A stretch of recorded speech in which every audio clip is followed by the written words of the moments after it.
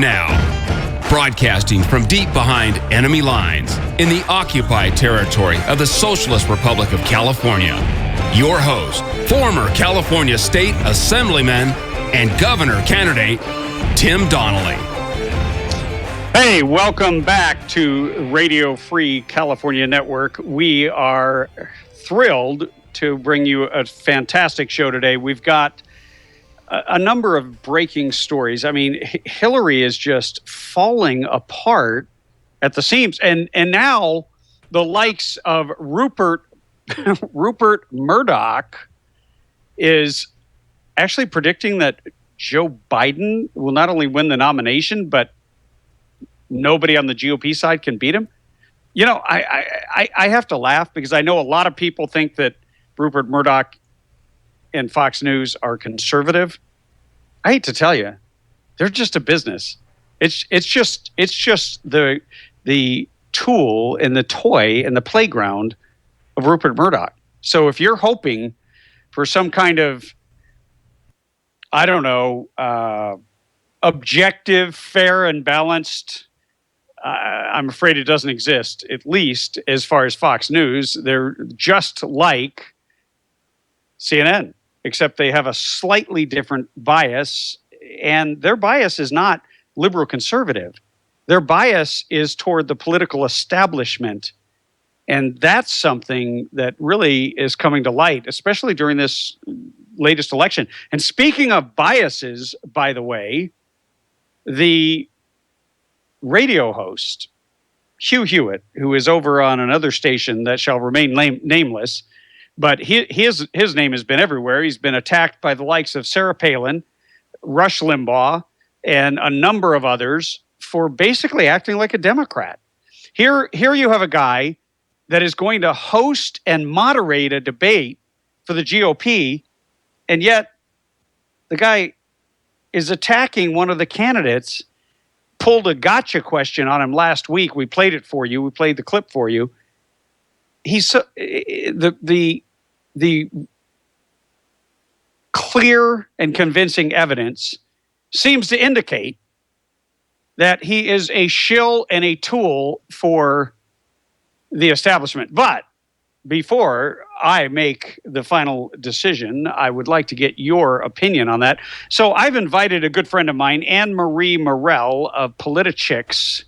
She's the CEO, editor-in-chief, author of What Women Really Want, good friends with co-authors Morgan Brittany, Gina Loudon. She'll be up in the 4 o'clock hour. You won't want to miss it because she's got some very serious thoughts on this topic and some experience with it.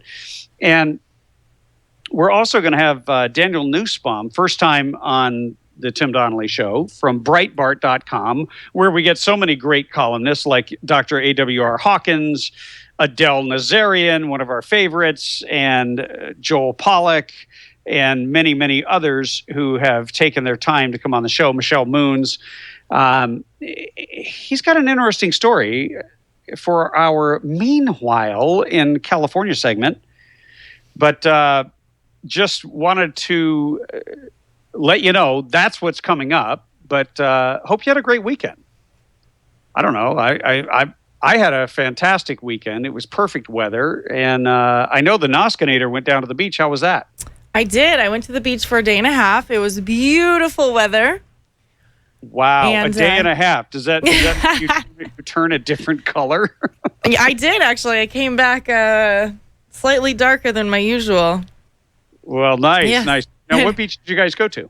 We went to Doheny State Beach in Dana Point. Oh, my gosh. That is such a cool place. Yeah, it is. It's one of the only campgrounds where you can actually camp on the beach.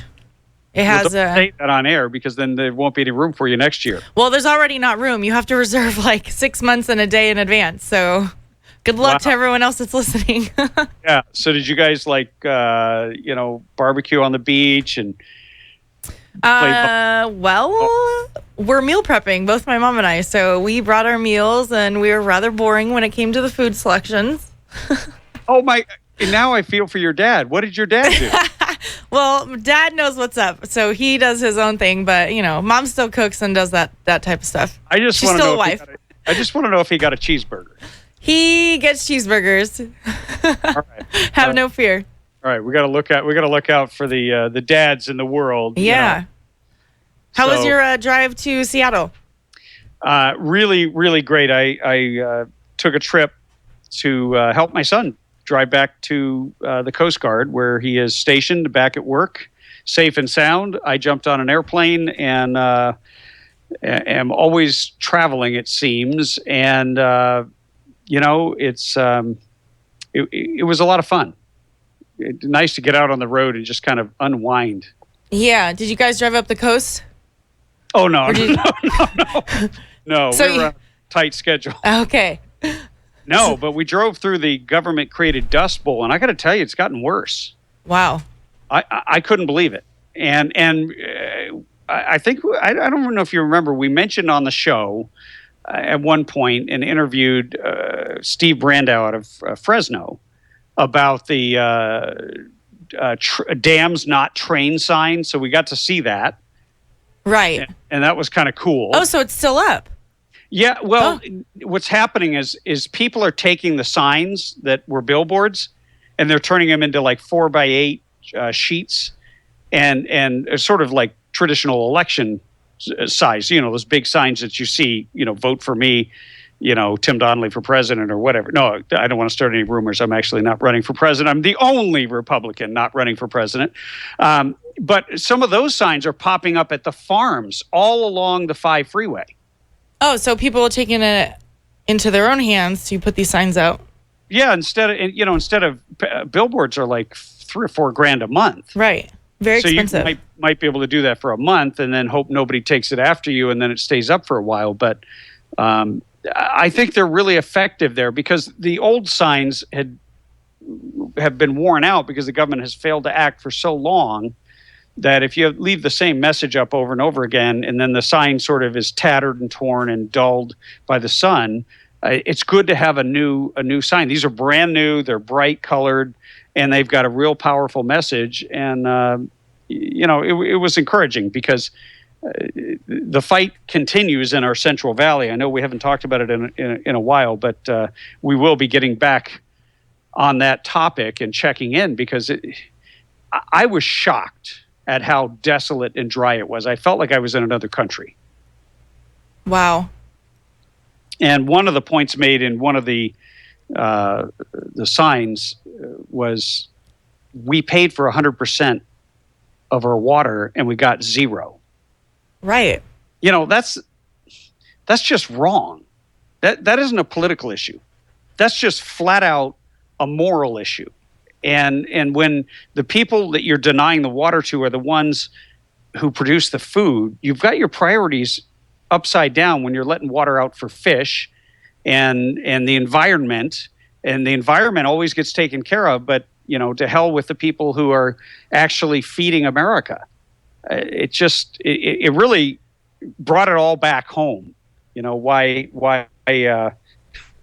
I ran for governor and why I wish instead of being the radio governor of California, I was the real governor, because there's some things we could do to turn this state around. And so that was a great deal of my relaxation thinking as I was driving. I figured there wasn't going to be too much relaxation on your side going on. No, that's always the way working. I relax. But no, it was a great drive. My son has a Mustang convertible with way too much power, and it's fun to drive. But it's a stick shift, so I was kind of relieved to get out of it and get on an airplane. And well, here we are. Yeah. So we got a great show coming up. We've got Daniel Nussbaum coming up at the bottom of the hour, talking about another protection for illegal aliens. You're not going to want to miss it. 323-746-TALK is our number. We'll talk to you.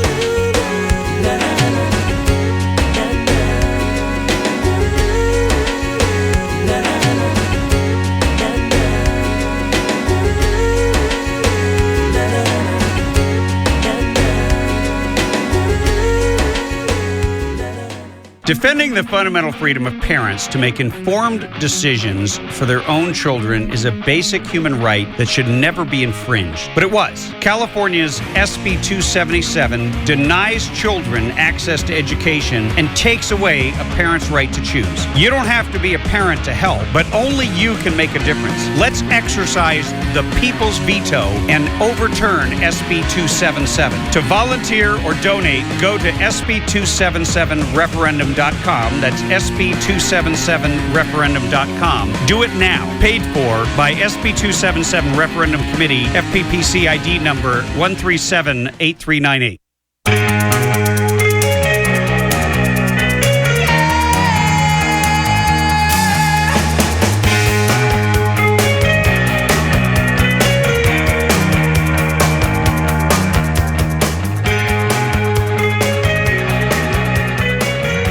Hey, you are tuned to the Radio Free California Network, and I am your host, the radio governor of California. And I'm gonna do two Meanwhile in California segments today, and one of them is just so dumb. I don't even know where to begin. You've got Los Angeles. The city council, you know that Los Angeles is known as being the congestion capital of the country. I mean, you want to talk about gridlock. Try driving somewhere in LA on a Friday night or on any weeknight.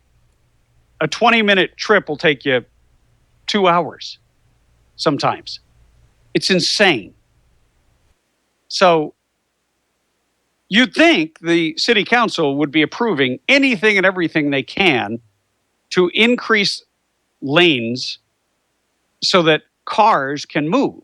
Because, look, I mean, let's admit it. We have Marxist progressives who are in charge of Los Angeles, and they don't want cars sitting there producing greenhouse gases. Cars do better when they move, at least a little bit. So the question then becomes, what do you do? What do you do? Well, they're going to do the wrong thing. I kid you not. Let me just read you a little bit of this article. The city of fast cars and endless freeways is preparing to do what not long ago would have been unthinkable: sacrificing car lanes to make room for, yeah, you got it, bicycles and buses. When are they going to get it? We don't ride bicycles with white linen gloves around Los Angeles. Look, if you want to ride a bicycle, that's great. But cars are how people travel. It's a part of our identity. And every minute that you spend boiling on a freeway is unproductive time. It's time that you could be making money. It's time you could be spending with your family. It's time that you could be less frustrated. But the city council has approved a far-reaching transportation plan that would completely reshape the streetscape for the next 20 years, adding hundreds of miles of bicycle-only lanes, bus-only lanes, and pedestrian safety features as part of an effort to nudge drivers out from behind the wheel. You know what this reminds me of? You're going to like this. You remember when Michelle Obama decided she was going to take over the meals? She was going to become the cafeteria first lady? Yeah. Yeah, exactly. That's all we need is a cafeteria first lady deciding what kids should eat. That went over real well. They wound up throwing all that, whatever you call it, in the trash, and wound up increasing massively the amount of food that was being thrown out. And that's what they're doing. You're just going to make it more congested by the government deciding that it wants to drive you out of your car. Why do they want to drive you out of your car? I mean, cars are more efficient nowadays. Cars get better mileage. they're more comfortable. I mean, I remember when I got my first car, I couldn't afford air conditioning, but I at least it had a radio. So Mayor Eric Garcetti calls this the Mobility Plan 2035 as the new program is part of a larger push to get people out of their cars and onto sidewalks. And it began with the expansion of the mass transit system championed by his immediate predecessor, Via Ragosa. So Garcetti's example in this whole thing is Via Ragosa. You got to be kidding me. I mean, I don't know if you've driven in LA recently, but I've spent way too much time driving in Los Angeles. And I can tell you that there's no way to get around. It's just too huge, too vast of an area. And it isn't the government's business.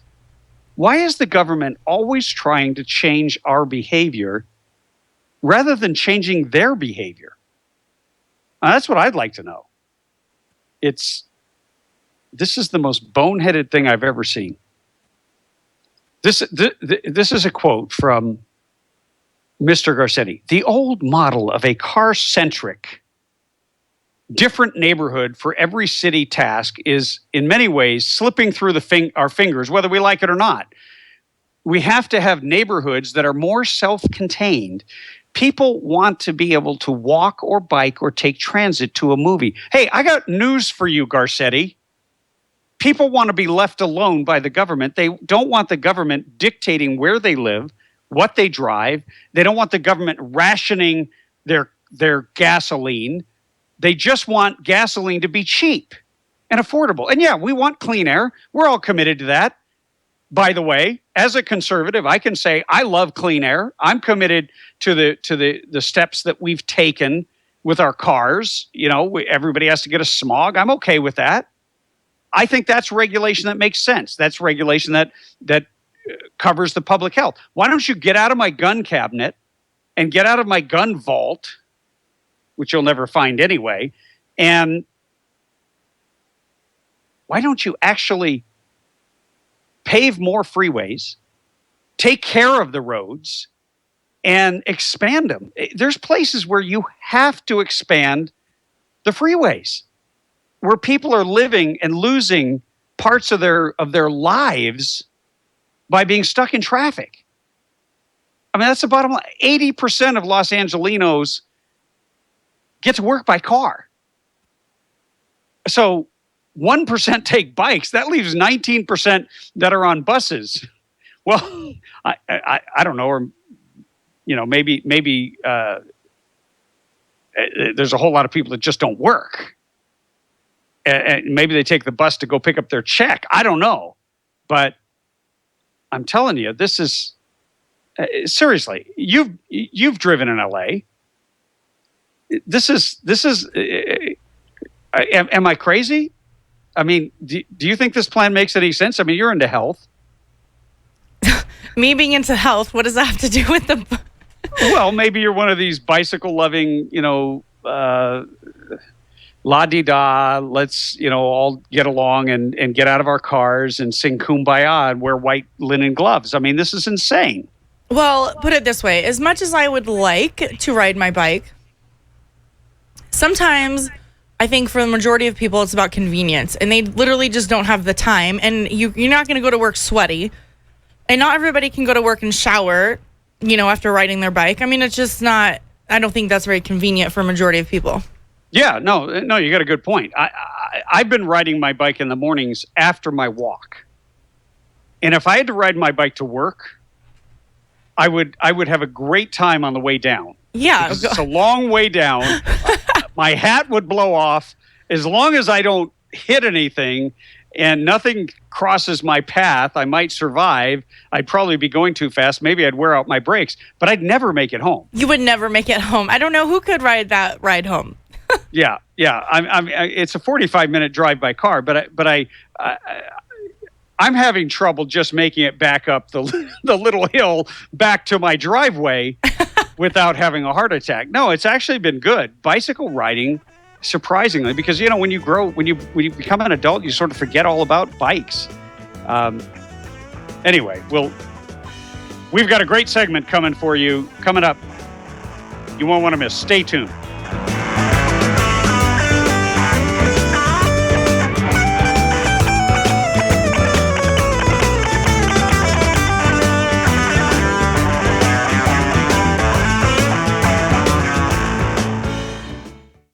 Don't you think it's about time you treat yourself or someone you love to something very special? Well, Ozell Jewelers, the finest jewelry store in the high desert, is known throughout the high desert for having the largest variety of fine-looking jewelry and gifts for every special occasion. Ozell custom designs and manufactures their own jewelry, so you'll be able to find exclusive, one-of-a-kind, stunning styles you won't find anywhere else in Southern California. If you're looking for fine jewelry at unbeatable prices, Ozell Jewelers is the place to go. Show appreciation to that special person in your life with something special to cherish forever. Ozell Jewelers, voted best jewelers in the high desert by the Daily Press regularly for years. Ozell Jewelers has been putting smiles on high desert faces for over 30 years. Ozell Jewelers in Rancho Cucamonga, Palm Desert, and Amargosa Road by Red Lobster in Victorville. Ozell Jewelers.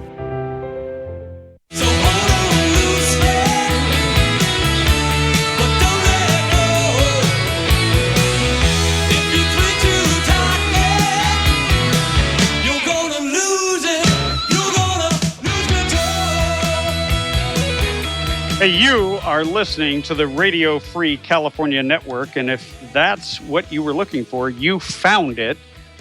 We are going to be talking shortly, hopefully, to a friend of mine who is a Breitbart columnist, Daniel Nussbaum. He's written an excellent article on, meanwhile, in California, more insanity.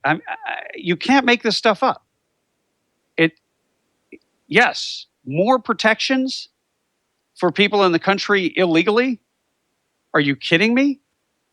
So now you've got a bill granting deportation protection to illegals in California because they've been victims of violent crime.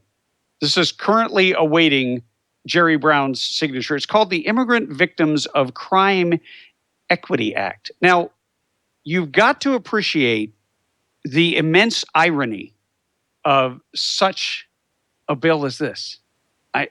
I'm searching for the words. But while I'm searching, I'm going to bring on my guest, who, by the way, is traveling along the 15 freeway on his way, hopefully, to a vacation. Daniel Nussbaum, welcome to the Tim Donnelly Show. How you doing? Thank you for having me. I am doing fantastic. I'm sorry to make you work while you're trying to leave on vacation, but oh no, it's my pleasure. This say it ain't so. I mean, we've got Catherine Steinle in San Francisco. Her body is barely cold, and all of a sudden, the Assembly and the Senate work together. I believe the bill just passed. Was it 66-0? No votes? 66, exactly. Unanimous decision. Yeah. On Thursday. Now you know that I'm not in the building because I would have voted no. I'm sorry. I have sympathy for people who have been victims of violent crimes. I certainly don't want to be disrespectful of individuals, even if they happen to be illegally present in the country. But this is about feelings. It's about deciding to suspend the rule of law. But meanwhile, we've done nothing to address the catastrophic outrage of 276 sanctuary cities. Why don't we take care of the sanctuary cities before we take care of people who are in the country illegally? Right. You're absolutely right. Well, what this bill would do is for those illegal immigrants who assist law enforcement in investigations of violent crimes, law enforcement then would be required to provide those immigrants with certifications. They're necessary for what's called a U visa, which is a special type of visa that allows victims of violent crime or illegal immigrants to remain in the country. And actually, this bill is part of a larger package of bills, 10 bills actually, and it's called Immigrants Shape California. And it's a Democrat sponsored thing that they first proposed in April, and there's a whole bunch of bills in this package. Yeah. Well, I call it a Marxist progressive package of bills, but give us a couple of the more egregious ones that are in this package. To be honest, I wish I could pull some up right now, but I gotta keep my eyes on the road. You drive on the road. I will look them up because I am sitting here in the confines of a very safe environment where I can do that. We do not want you to break the law and endanger yourself and become I do know that many of them a statistic are out there.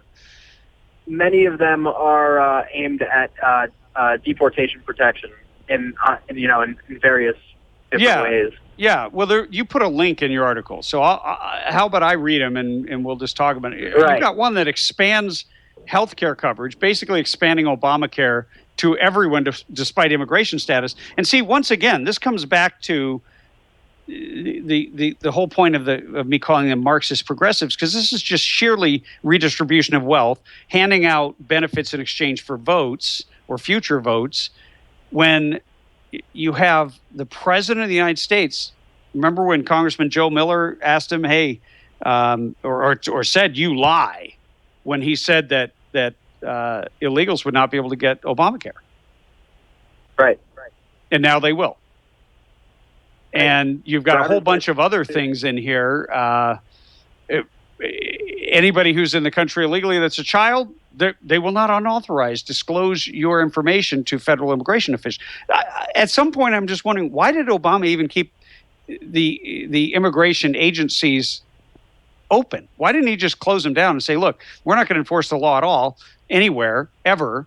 So you don't even need to pass all these bills with these so-called protections, because we're just not going to do it. Right. Well, what's interesting to me is that California is kind of, taking matters into its own hands at this point. I mean, you don't really see many other states with bill packages like this. And, with the Democrat almost super majorities in the legislature, I mean, it's almost guaranteed. They can do whatever they want, really. No, they can. Yes, absolutely. And here's what they say. They say our infrastructure, our railroads, our bridges, and our roads were all built by immigrants. This is according to Senator Kevin DeLeon, who is the Senate pro tem, adding that they've also contributed to the arts and the music and technology. It's funny how they wax so eloquent when they're passing this stuff. They never talk about Hector Navas, who was driving down PCH at 2:00 in the morning, crossed the double yellow line and killed Bob Clark and his son. And if you don't know who Bob Clark is, you do, but you just don't know it. He's the guy that was the producer of and director of Christmas Story, which everybody watches. The one where they've got the lamp and the Red Ryder BB gun. I'll shoot your eye out. That classic, iconic story was written and produced by, or I don't know if it was written, but it was produced by Bob Clark, and he was killed by an illegal alien. Head-on collision. So, so talk about art. Talk to me about music. Talk to me about art. Talk to me about technology. It is not coming from people who can pound beers and pound nails and who drive drunk. None of these breakthroughs are coming from people who came here illegally. They might be coming from immigrants who came here the proper way, the lawful way, who are contributing in that regard. But their justifications really fall flat. Right. But let me ask you a question. So this bill, they think, is going to apply, according to your article, to roughly 2.5 million illegals in California. That's actually, I think, a really low number. I think it's probably a lot higher than that. I was going to say, I'm actually surprised that I actually wrote 2.5. I think it's probably closer to 3. Yeah. I any number you get from the government when it comes to illegals, I've always found it helpful to just triple it. So if they're saying 2.5, I think there might be as many as 7.5 to 10 million people in the country, in California, illegally, because it never serves their interest to count them properly. But I mean, there's no other group that's getting a 10 bill package. Where's the 10 bill package for the legal immigrants, the ones who are trying to go through the process the right way? Right. Well, according to Homeland Security, 24% of all illegal immigrants in the country live in California, which is a massive number. Yeah. Wow. And Daniel, you've been doing a yeoman's job covering, because there's so many different bills. And by the way, Daniel Nussbaum, he writes at Breitbart.com. I forgot to do your introduction. Is talking with us on the phone, kind enough to give us a little bit of his time on his way for the first vacation in a long time. But it must be nice to be escaping California. Maybe you feel free for a little while. I don't know. I'm actually a transplant to California. I mean, I only moved there about 2 years ago. So. Where'd you come from? New York. Oh, well. Another bastion of conservatism.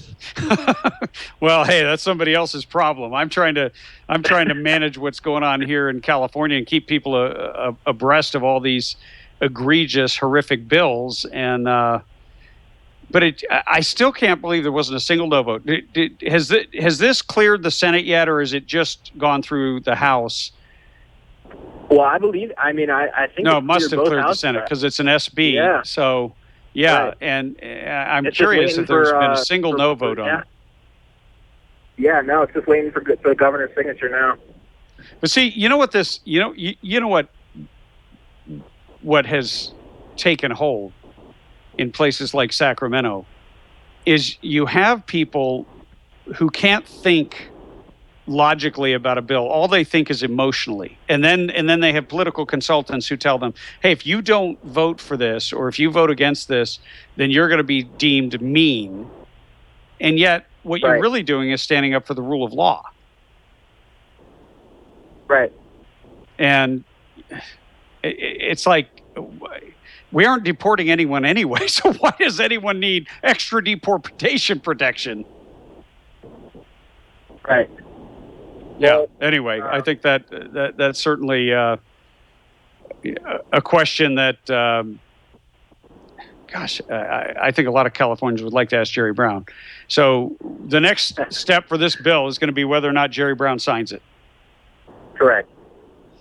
All right. Well, Daniel, thank you for coming on with us. Thanks for covering this and keeping us informed on everything that's going on in California. And have a great vacation. We hope to have you back on the Tim Donnelly Show sometime in the near future. Thank you very much. I really appreciate it. It was great talking to you. Hey, that was Daniel Nussbaum, Breitbart columnist. Has a story out today. Go check it out at Breitbart.com. And we'll be right back.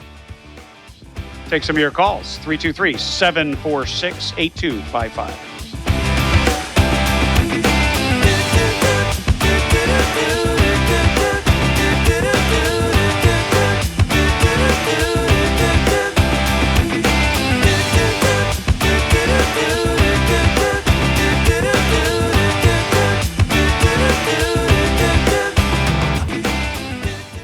Defending the fundamental freedom of parents to make informed decisions for their own children is a basic human right that should never be infringed. But it was. California's SB 277 denies children access to education and takes away a parent's right to choose. You don't have to be a parent to help, but only you can make a difference. Let's exercise the people's veto and overturn SB 277. To volunteer or donate, go to SB277referendum.com. That's SB277referendum.com. Do it now. Paid for by SB 277 Referendum Committee, FPPC ID number 1378398.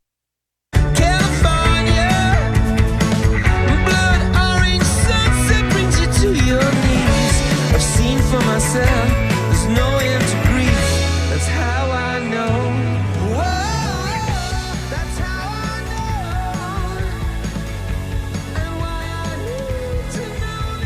So while California is adding protections for those who are in the country illegally, Obama is working really, really hard to save the glaciers and save the whales and save whatever. He doesn't care about jobs in the great state of Alaska, but somebody wrote a great op-ed.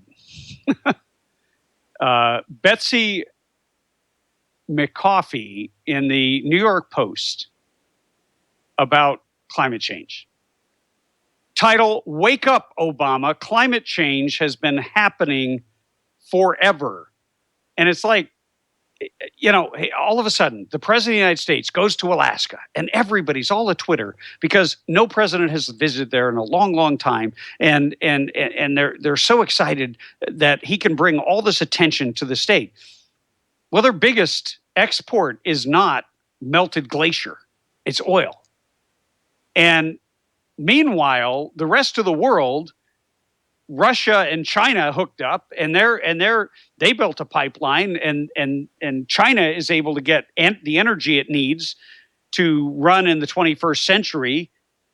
But America? No. Why? Because we have a government that stands in the way. Every time you turn around, it's the government standing in the way. In LA, they want to take away your streets and turn them into bike lanes. In Alaska, the president hikes to Exit Glacier with photographers in tow to send the world a chilling message, no pun intended. The glacier is melting. And what Obama blames it on increasing use of fossil fuels, such as coal, oil, and natural gas, which he wants to restrict not only in the U.S., not only in our country, but around the world. The photo op, designed to build support for an international climate agreement that he's pushing hard to sell, so far with very little success. Look, I hope that China just tells him to go pound sand. I kind of wish Donald Trump was our president right now because it'd be a lot more fun. But if Obama is going to go out there and beg other countries to be as stupid, I don't want to say as stupid as the United States, because it's not the United States that's pushing this. It's Marxist progressives who want to control every aspect of your life. And we have a media that doesn't actually tell the truth about it. That we allow our schools to become indoctrination centers where they show movies like An Inconvenient Lie, because they call it an inconvenient truth, but it's nothing but a fraud. The trouble is the president needs to get his facts straight. The exit glacier, that's been shrinking for over 200 years, since 1815, long before the widespread industrialization of our country and the age of the automobile. As the president ended his trip, he sounded the alarm again. The state's climate is changing before our very eyes. I hate to tell you this. The weather may change before your eyes, but the climate doesn't change before your eyes. I don't know if maybe he could get a new speechwriter or maybe he could get a new brain. But newsflash, Mr. President, Alaska has been buffeted by cyclical swings in climate for thousands of years. That's true for the rest of the world, too. There was a 300-year-long medieval heat wave, followed by a little ice age that began around 1300, and then a 300-year warming period that we're in right now. So, you're allowed to have your opinion as president, and as pretty much any citizen of the United States or anyone in the world. You could have your opinion. You're entitled to it. You're not entitled to your own facts. And on this show, it's our duty to inform, educate, and engage. And we will not feed you the climate change, global warming, fraud narrative. We will give you the facts. And the facts are that they had to cheat in order to win. They had to change and inflate the temperatures in order to even justify or cover up the 12-year cooling trend. Now, a 12-year cooling trend does not climate make. Climate is determined over longer periods of time. But what you have now is that they're just looking for a justification. This is what the left does. They look for anything they can describe as a crisis or an emergency, and then they never let it go to waste, and they use it to steal more of your freedom. That's the bottom line. We'll be right back with Anne Marie Morell at the top of the hour.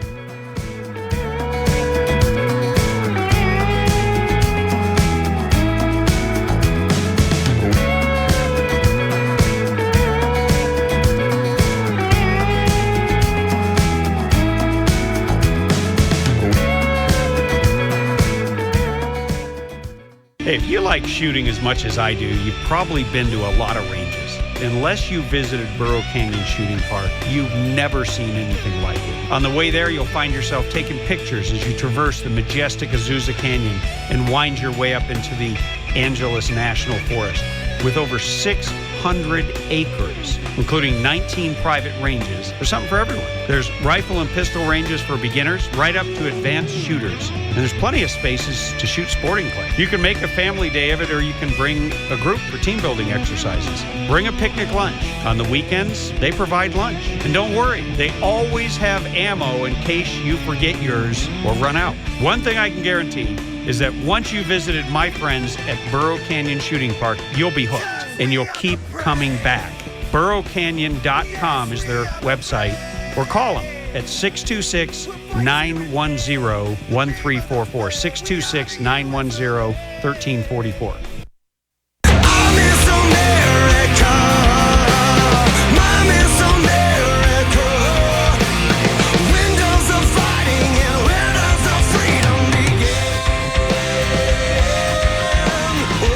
This is the radio governor of California, Tim Donnelly. You are listening to the Radio Free California Network, and we stream live at timdonnellyshow.com, where you can connect with us on Facebook, Twitter, email. And by the way, the good old-fashioned Alexander Graham Bell invention, the telephone, and that's where we are going to find our next guest. Let me set it up here just for a second. We played you a clip of Donald Trump. Donald Trump doing an interview with one of our competitors, Hugh Hewitt, who I've always thought Hugh Hewitt was a sycophant for the GOP establishment and a tool for the elite. But he really went out of his way to make friends and influence no one except I don't know if you've seen it today, but CNN is saying it's the best Trump interview ever. It's like, hey, why don't you wear your bias right on your forehead? Why don't you stamp it there? Because this is ludicrous. The Noskinator is indicating that she's queued up this clip. So let's give that a roll, and then we're going to bring on Anne Marie Morell to comment. But check this out. This was the Hugh Hewitt interview last week. Is it giving us a little bit of trouble there?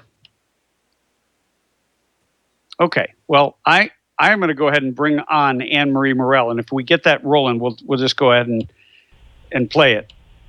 Something's happening with the sound. This is just normal, for when you're trying to do things on the fly. But look, we've got Anne Marie Morell, who is the CEO and chief editor of Politichicks.com. And also a very good friend of mine, and the author or co-author, along with two other amazing women, of What Women Really Want, along with Dr. Gina Loudon and Morgan Brittany. Anne Marie, welcome to the show. Hi, Tim. I take it you don't really like Hugh Hewitt very well. Is that what we're gathering here? No, Hugh Hewitt is someone who has always defended the GOP establishment.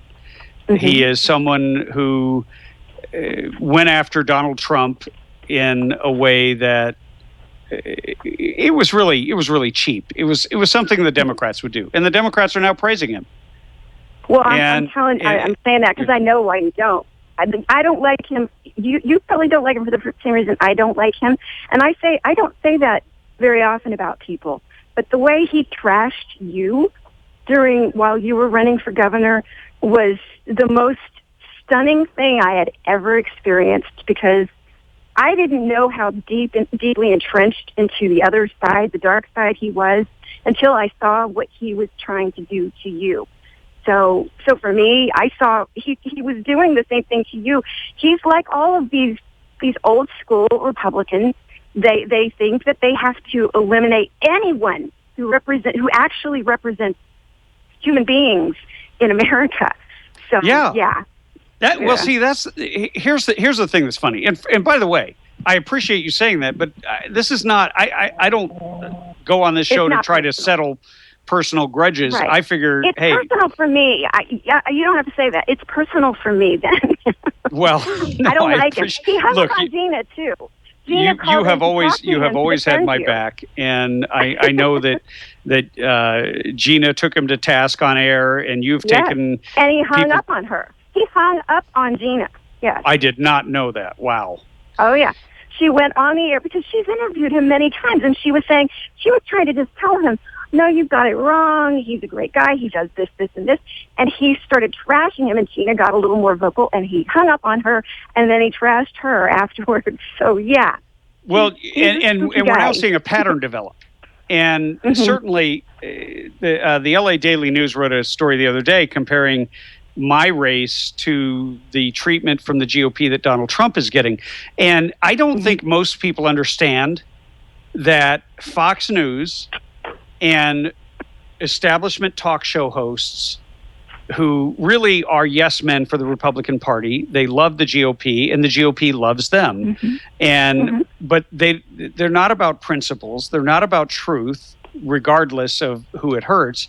They're about an agenda, and they get paid and they get opportunities because of that. So there's something in it for them. Everybody gets that. But I mean, Rupert Murdoch today is out saying, hey, by the way, Joe Biden, he's the man. He'll be the nominee, and I don't think anybody can beat him. And everybody thinks Fox News is this great conservative entity. I'm sure they think people like Hugh Hewitt are conservatives. But in reality, what he did to Donald Trump was egregious, because he basically called him out, and I don't know, I don't think we're going to probably wind up being able to hear the clip today, but we played it last week, and you can find it all over the place. But you heard it. I mean, he's asking him the name of Zawahiri and this and that. He's not asking him who is the president of, or the prime minister, whatever the title is, of Iran, Ahmadinejad. He's not asking him something that he should absolutely know. He's asking him little weenie, what's the right word? Something so obscure that no other candidate would have known it. And everybody made a comment, oh, Carly Fiorina answered the question beautifully. Well, it's like on Jeopardy. Of course, Alex Trebek can be smug because he has the answers in his hand. Donald Trump and most people I know, and I know a few people that are very, very, very in tune with Islam history and the Quran, and they can recite hadith. Jamie Glazov and Robert Spencer and Pamela Geller. There are a few Facebook people who think that they're big Islamic knowledgeable people, and they have a huge following, and they're just kind of batwing crazy. But there are a very few people who actually really do know that, and only they would have probably known the answer to Hugh Hewitt's question, and he probably got that question from one of those type people, because I know he didn't know that going into it. Well, you know what would have been great? And Donald Trump has been so good at this, but I think he was so blindsided this time. I would have loved him to say, hey, who cares? Who cares? Well. Ask me an intelligent question, like he did when he's dealing with some CNN anchor or something. But it's anyway. The Noskinator is working on getting that clip in. We'll have it before we let you go, because I want people to hear it. I don't know how many people actually had a chance to hear it. Because last week everybody was taking off for the weekend, but this really illustrates what a candidate like Donald Trump is up against. Yeah, he was asking about the cuts, and I'm not even sure how to actually pronounce it. QUDS, and Donald Trump thought that he was talking about the Kurds. So he started commenting on the Kurds and how we mistreated them. That's because normal Americans have heard of the Kurds. They haven't heard of the Kurds. Right. Is there anybody out there that has ever heard of the Kurds? Please call in. I would love to. I would love to know this.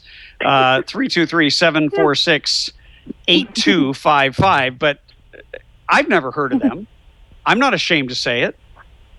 Yeah. Like I said, there are only a handful of people who are actually really informed on all things Islam. A handful, not the play ones on Facebook, but real experts. Only they would know the intricacies, and that's a hard word for me. So intricacies well of done. Islam. And I guarantee you, he had to dig for the hardest thing that he knew would stump him. He stumped the Trump. And of course, we can all say what Trump should have said now, but it's hard to think on your feet. And he's doing a pretty good job most of the time. And and you prepare yourself for, and this is something I do have some experience with. When you are going to be interviewed by someone, you have to prepare your tone and your mindset, and think of the logical questions they're likely to ask you, and I guarantee you he thought it was going to be a friendly audience. Oh, yeah. Of course. So now, not that he isn't prepared anywhere and everywhere, but to a friendly audience, you don't need to be combative. You need to be sort of relaxed and conversational. And this was a gotcha. This was a setup, and it was absolutely unfair. Hey, we're gonna take a quick break. We're talking with Anne-Marie Morell, CEO and chief editor of Politichicks.com, and I'm proud to say a very good friend of mine. We'll be right back.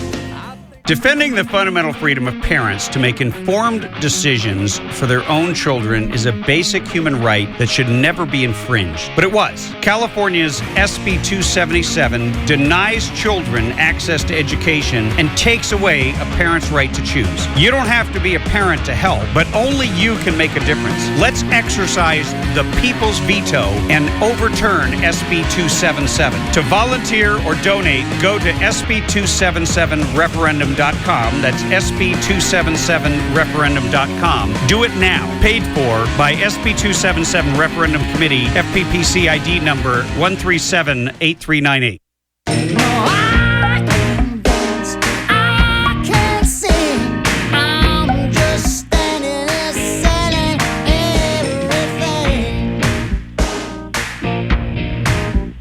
Hey, if you are looking for the Radio Free California Network, well, you found it. So congratulations.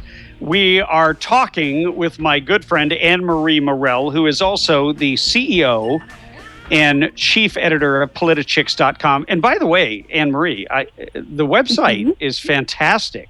Thank you. You guys did a makeover. You changed the name a little bit, and it is a place that I go every day to look for news, and I steal stories occasionally.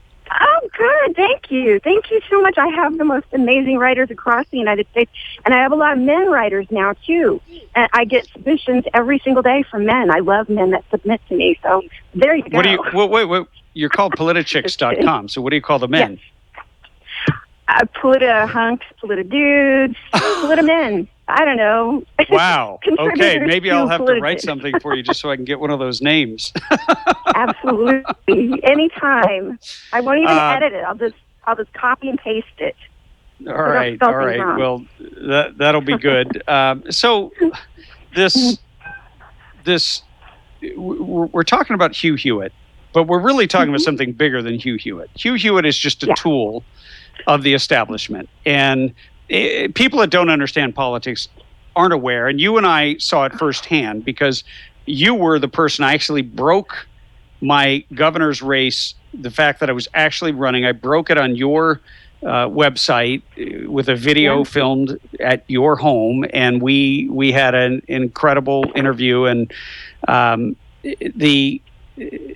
but here's the thing: you can start something with the best of intentions. You can have a pure heart. You can go out there and assemble an amazing group of people, which is starting to happen around Donald Trump and some other candidates that are true believers, or to some extent. Let me just say that. Let me qualify that. Mm-hmm. But then the political establishment comes in because they don't want to lose their turf, because it means money for them. It means they can make their yacht payments without really doing any work, just pretending to work. And which is why politics on the Republican side in particular are so abysmal, because these guys are the gatekeepers. Anybody that raises their head, they start shooting at them. But what most people don't know is they're paid to shoot. They're paid to write blog pieces. They're paid to write hit pieces on you. I had somebody at Fox News who did an on-air editorial about me that was one of the sloppiest, ugliest, most unfact-filled, fact-challenged pieces of garbage I'd ever seen anywhere. And some of his own colleagues were attacking him for being a paid shill. Yeah. And I don't know who's paying Hugh Hewitt, but certainly there's other forms of payment besides cash or check or credit card. Some of it is access. It's being able to get the right interviews with Jeb Bush or whoever your GOP elitist candidate is. But are you as shocked as I was by the way that he treated Donald Trump? Not really, because like I said going into this, I saw the way he treated you. I saw a lot of this back-end, ugly, dirty Republican that I actually had a lot of respect for. A couple of these people that a governor of a certain state went after you, and a lot of these people that I had respect for, that I saw them go after you personally more than they went after Jerry Brown. Of course, they endorsed Kashkari just for the primary, but then once he won it, where were they? They disappeared. They didn't care whether Kashkari won or not. They just didn't want you to win. They've done this to Sarah Palin. They've done this to Ted Cruz. They've done this to the entire Tea Party movement. Anything that goes against business as usual is what they go against as hard as they can. That's why they hate people like Donald Trump, who is not a go along to get along guy. They hate those kind of people because they can't control them. Yeah, and here I found out some interesting things. I was reading an article today on Hugh Hewitt at this, because we happen to be talking about him, and he's written some op-eds where he sounds like a full-on Democrat. He said, "Hey, all you people that are concerned about illegal immigration think it's the biggest issue in the world. The death of Kate Steinle is no big deal." This is Hugh Hewitt saying this. One dead American. Why don't you worry about what's going on in Afghanistan and Iran and China? Hello? I mean, the condescension of this guy. I think the only good thing about the fact that I used to be a Democrat is I can spot him when I see him. And anyone who is more of a Democrat-leaning person than he is Republican-leaning, and I mean true blood, old school, real Republican Party platform Republicans, any of those guys, I can spot them a million miles away, and I could name a dozen for you right off the top of my head. That's who they are. And like you said, there's money and power to be had. So anyone who poses a threat to them is going to be attacked as strongly and swiftly as they possibly can. The thing that they're baffled by, though, especially with someone like Donald Trump, is he's like Teflon right now. Every sling and arrow they've thrown his way has just bounced right off and back at them. So it's interesting. I know that they don't get why they aren't able to destroy him yet. Yeah, and so this raises a serious question, which is really the whole point of our conversation today. So knowing what we know now about his viewpoints, the other thing in that article was that he thinks the illegal border kids that came should all be legalized. Just right. boom. Because they're children, and they're not children. Right. Like Yeah. We've seen the pictures. Some of them are gang necessarily members. Many of them brought in diseases that were never properly quarantined. They were spread all over the United States. It was part of a much bigger plan by Obama. And the fact that Hewitt doesn't understand that, everybody thinks he's so smart, but the GOP wants him to be the moderator, but that's not by mistake. They want him to be the moderator because they want him, who is perceived to be a conservative, to undermine Trump. Yeah. Right. That's the agenda, right? I mean, I can't see. I'm trying to figure out what else is afoot.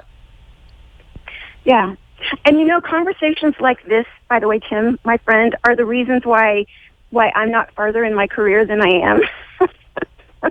Because no one on my website, none of us hold back, and there are so many others. I watch all of these bloggers, and so many of them succeed, and they're on television, and they're able to do all kinds of stuff, and it's mainly because they kowtow, and they say what needs to be said about people like Jeb Bush. And yeah, so I'm happy where I am, but there are so few people that will actually call them out because they're terrified of the power that is the old school Republican Party or the Democrat-leaning Republicans. Yeah, what I like to call them. And we need look, we're going to be preparing people for the next debate. You need to understand Hewitt is going to go after Trump. His entire goal there is going to be to destroy Trump, to undermine him, to hit him with a gotcha question and make him look like a fool. Yes. And Ted Cruz too. We can't leave him out of it because both of them, they think of both of them as just as big a threat. Right now, Donald Trump is Ted Cruz's meat shield. He's protecting Cruz from everything. We describe Ted Cruz as a sleeper because he is perfectly positioned in the draft behind Donald Trump. But we got to go. Yeah. Anne Marie Morell, CEO, Chief Editor, Politichicks, thanks for joining us today. Of course. Anytime. We'll be right back.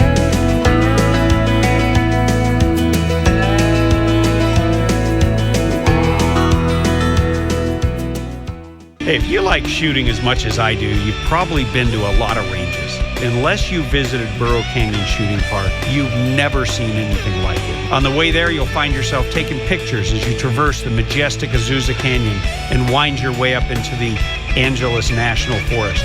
With over 600 acres, including 19 private ranges, there's something for everyone. There's rifle and pistol ranges for beginners, right up to advanced shooters. And there's plenty of spaces to shoot sporting clays. You can make a family day of it, or you can bring a group for team building exercises. Bring a picnic lunch. On the weekends, they provide lunch. And don't worry, they always have ammo in case you forget yours or run out. One thing I can guarantee is that once you visited my friends at Burro Canyon Shooting Park, you'll be hooked and you'll keep coming back. BurroCanyon.com is their website, or call them at 626-910-1344, 626-910-1344.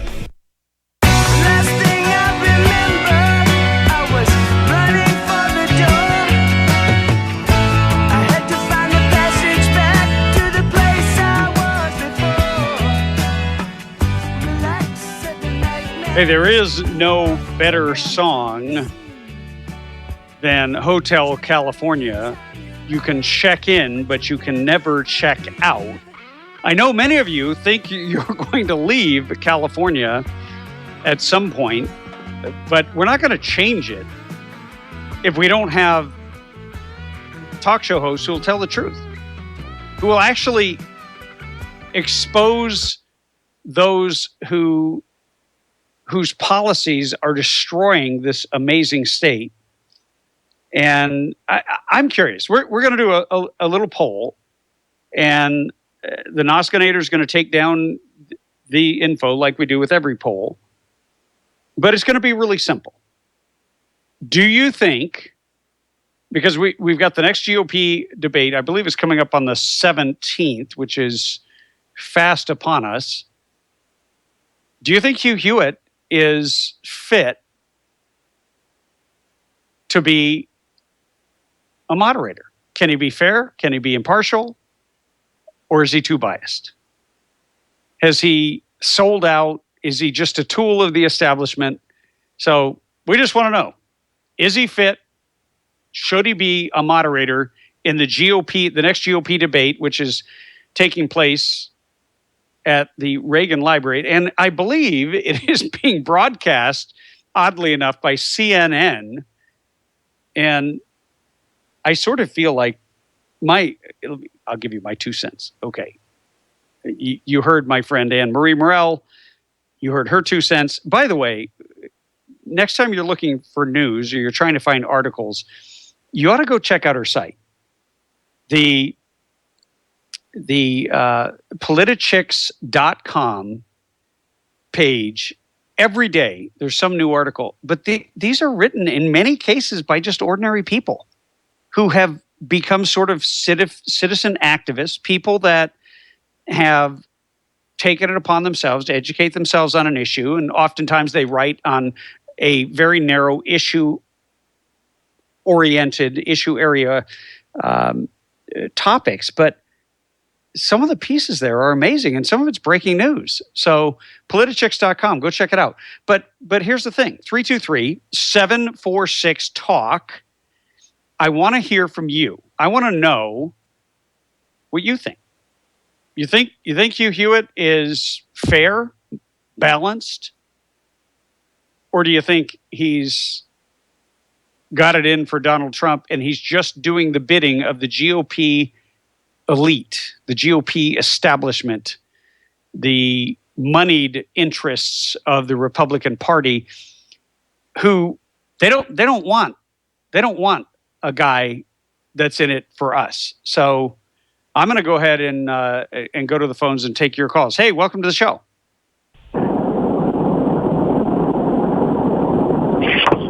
Hey, yeah, Tim, this is Mary Kay.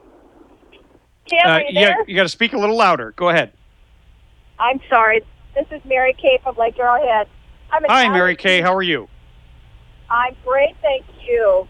I'm an avid Hugh Hewitt listener, but I tell you what, after listening to Trump and he speak that day, and then seeing the follow-up that Hugh did about the question, and almost felt like seemed as though he was putting Trump down, like it was a gotcha. I hate to use that word gotcha, but it really seems like it was. And I'm very disturbed by that. I'm very disappointed that Hugh Hewitt would do something like that. And can we really count on him in this debate to not go after Trump and try and stump him? After the way he treated my friends, Anne-Marie Morel and Dr. Gina Loudon, who tried to defend me when I was running for governor, and he was saying the most horrific things about me, and yet he never invited me on his air. I've never met the man in person other than maybe to shook his hand at an event a long time ago. I did meet his business partner, one of his fellow attorneys in his firm, out at the Bridal Falls, like near Yosemite or something. It was like, wow. I mean, what are the chances of that happening? But here's my take. If you don't present both sides and take an impartial view to some extent, I'm not saying that you can't let people know how you feel about a candidate, but when you want to trash somebody that you don't know or trip them up instead of just letting them present their ideas, that's just wrong. That's lacking in integrity, and that's what disturbs me about this whole thing between you and Donald Trump. Yeah, and I think it goes way beyond Hugh Hewitt. We've seen it with Fox News. We've seen it recently with Megyn Kelly, and I like Megyn Kelly much more than I ever liked Hugh Hewitt. I always thought Hugh Hewitt was boring, and I wondered why people ever listened to him. But now I get it, because he's basically granted access to all the great interviews, because there really aren't that many hosts out there that cover different issue areas that he might be covering. But the bottom line is that you've got an obligation. If you're going to be the moderator, this is not you with your personal opinion. It's not, you're not put there to pull gotchas on the candidates, whether you like them or not. Yeah, a candy crawling. We don't want to see that. That type of behavior is not okay in this election. It's way too important. Way too important. Well, Mary Kay, thank you for your call, and we will put you down as having deep concerns over the what's the right word? Impartiality of Hewitt as a moderator. Thanks, Tim. All right, you have a great day, and look, give us a call. I want to hear from you because I'm curious, and look, I'm not doing this just to slam a guy who's a couple clicks away on the dial. Look, bottom line is this is a competitive marketplace, and you're listening to my show, so I'm thrilled to have you. I am deeply concerned how deeply ingrained this mentality is within the GOP establishment. And the real question is, I don't care who the candidate is that I get to vote for. I mean, I care, but I'd like the chance to vote for a conservative. But it is the GOP themselves. You know how they say we have nothing to fear but fear itself? I believe we have nothing to fear but the GOP themselves. Hey, welcome to the show. Hello. Yes. Dennis. What is your take on this? Yeah, as far as Hugh Hewitt goes, I've been listening to talk radio since the early 70s. I've heard this guy a lot.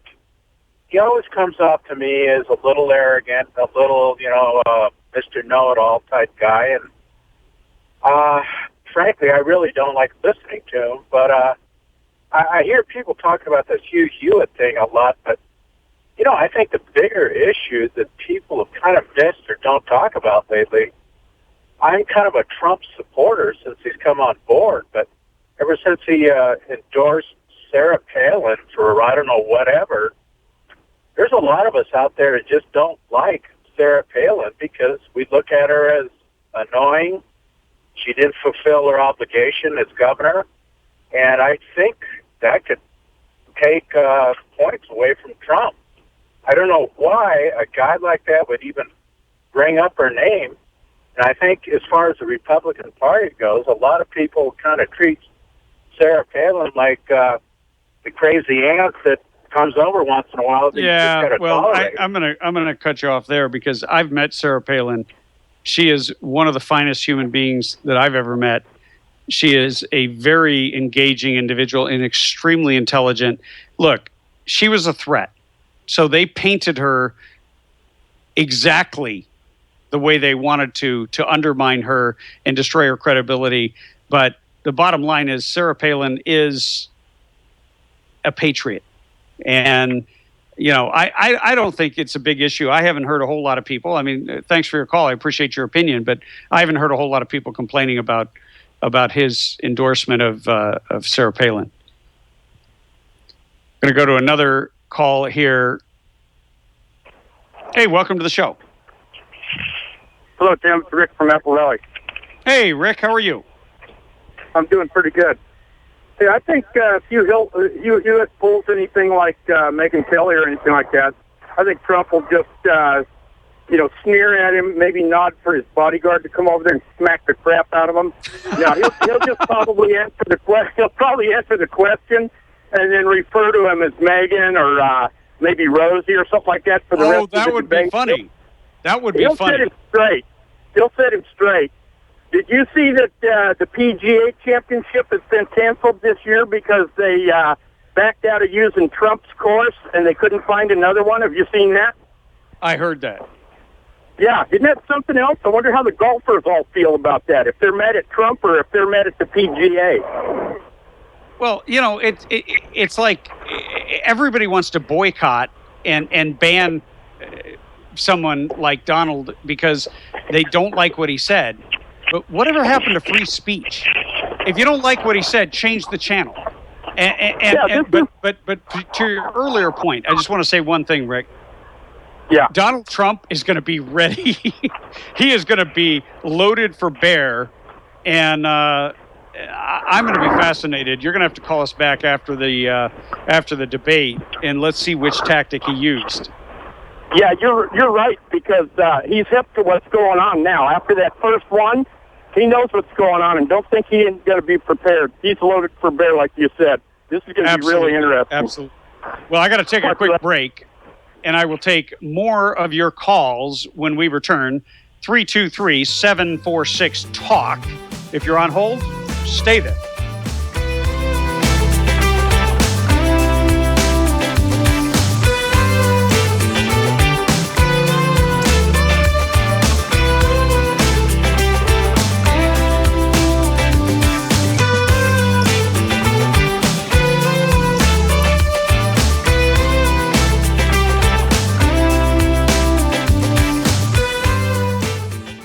Defending the fundamental freedom of parents to make informed decisions for their own children is a basic human right that should never be infringed. But it was. California's SB 277 denies children access to education and takes away a parent's right to choose. You don't have to be a parent to help, but only you can make a difference. Let's exercise the people's veto and overturn SB 277. To volunteer or donate, go to SB277referendum.com. That's SB277referendum.com. Do it now. Paid for by SB 277 Referendum Committee, FPPC ID number 1378398.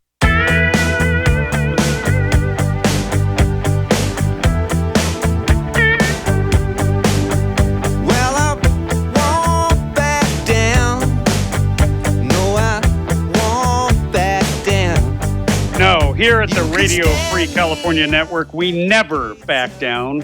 We never retreat. We just reload. That's what we do. Going back to the phones, trying to find out if you think Hugh Hewitt can be fair and balanced or if he's too biased. Hey, welcome to the show. Hello. Yes, you are live on air. What is your opinion? Well, I actually wasn't calling about Hugh Hewitt, but I do have an opinion about him. Okay. I used to listen to him. Tim, this is Deb. Hi, Deb. I used to listen to Hugh Hewitt, but one time I called in, and he totally just dismissed my opinion because he said I grew up in the late 60s, so I must have taken lots of drugs, so my opinion didn't count. Oh, my God. Seriously. Well, he obviously had no idea who he's talking to, and but I'm glad that you opined on that, and I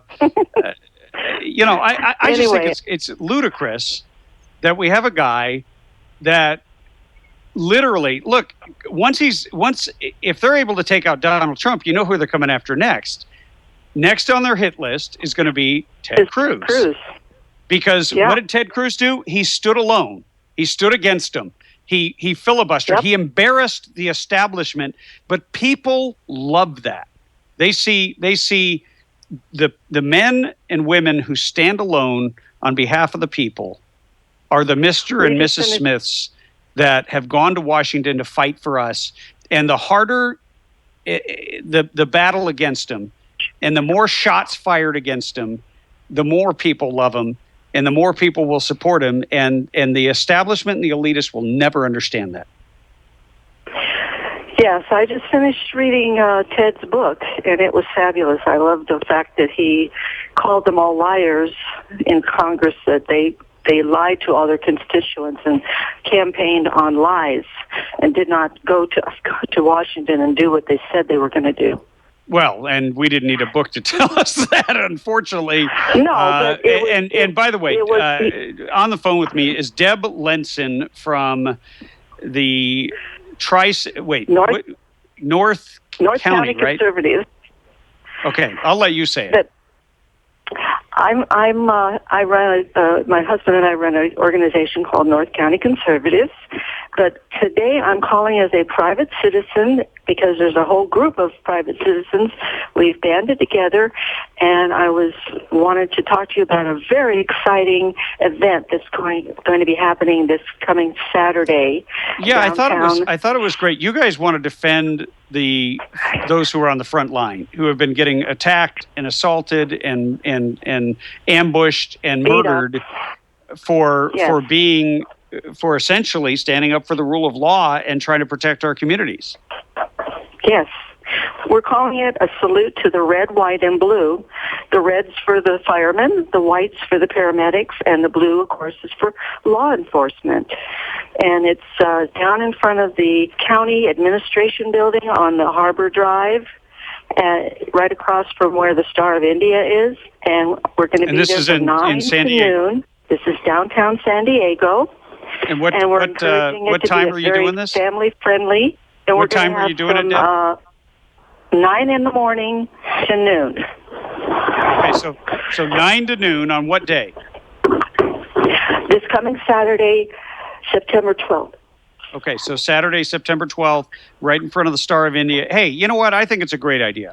And that's why I invited you to come on, because the bottom line is that it's up to us to have their backs while they're out there having ours. Now, look, you got a cop that goes out and abuses his power. I will be the first one to throw the book at him and want to see him buried under the jail. But the vast majority of cops are decent, law-abiding, and none of them deserve to be targets, to be murdered. And you know what? I hope you guys embarrass the President of the United States into starting to stand up. And he needs to get off the Black Lives Matter bandwagon and get on to American Lives Matter and all lives matter. Well, they're going to have a couple of fire trucks out there for us and a ambulance, and a lot of them will be there where we can thank them in person for their service. There's going to be booths set up for exhibitions. It's going to be real family friendly, and we've got a live band that's going to play music while we're there, so it's going to be a really fun time. Well, fantastic. Now, where can do you have any first responders? Do you have any kind of a website set up where people can see it, or is it just just got to show up? We don't have a website, but we do have a Facebook, and the Facebook is Salute to First Responders. Salute to First Responders, no problem. That's easy to find. Well, it's Saturday the 12th, 9 to noon, in front of the Star of India. Get down there, show your support. Deb, thanks for coming on with us. Thank you for having me, Tim.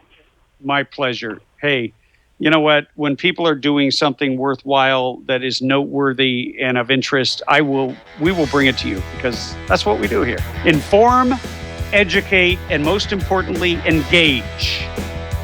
Don't go anywhere. We'll be right back.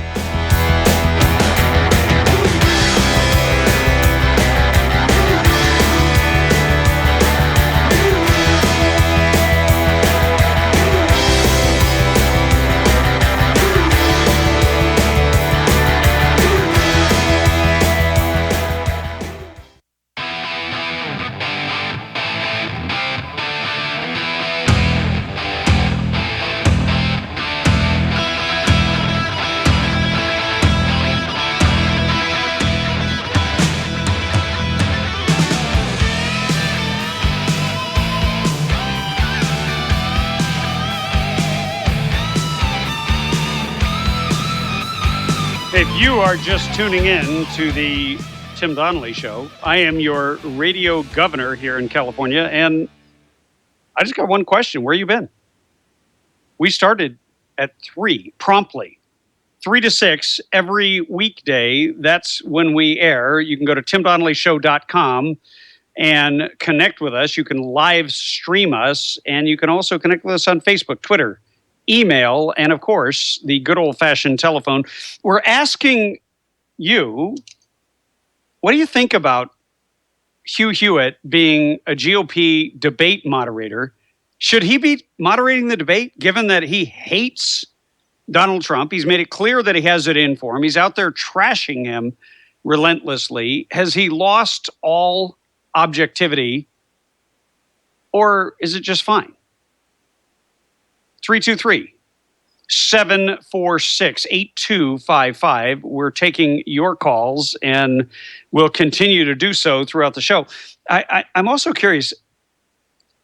And let me throw the number out there one more time if you want to call in. 323-746-8255 for those of you who are driving home from work. But if you're just tuning in, I want to let you know some good news. Hillary is sorry. She's sorry. I mean, it's like we have this apology culture. If you just say sorry, I'm sorry that I had top secret sensitive data on a private server. I'm sorry. I don't even know what to do with that.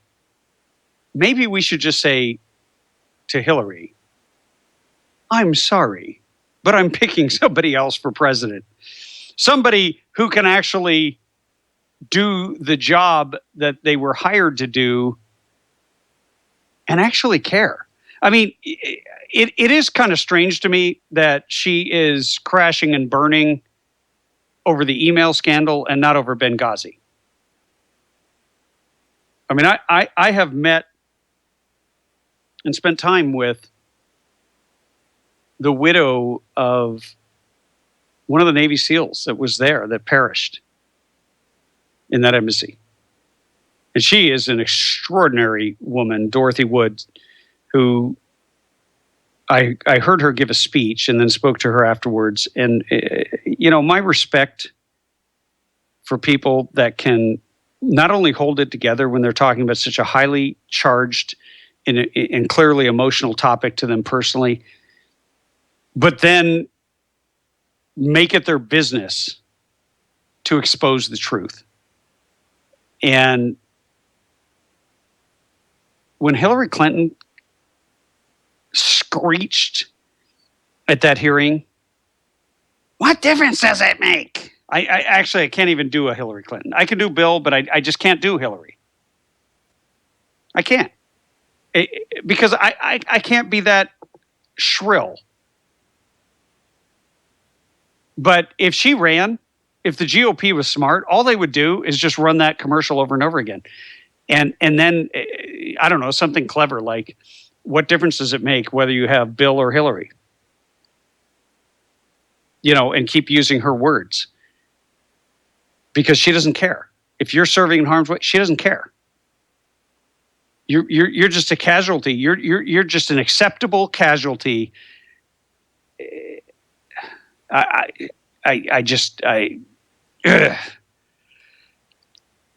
good news. There is some good news out there. Joe Biden hasn't even declared, and he's making gains, and it looks like he could eclipse her. It looks like she could wind up falling so far behind that they just take her out. And I don't agree with Rupert Murdoch. I don't think Joe Biden he may be a shoo-in for the Democrat nomination, but that guy is a piece of work. And you get him out there in the general election with the likes of Donald Trump, and it is going to be a blood sport. And I'm going to buy front row tickets, and I'm going to bring you front row tickets, let me tell you. So I'm going to go to the phones. We've got Gary in North Dakota. Gary, welcome to the show. Well, hi there, Tim. How are you doing? I am doing fantastic. How are you?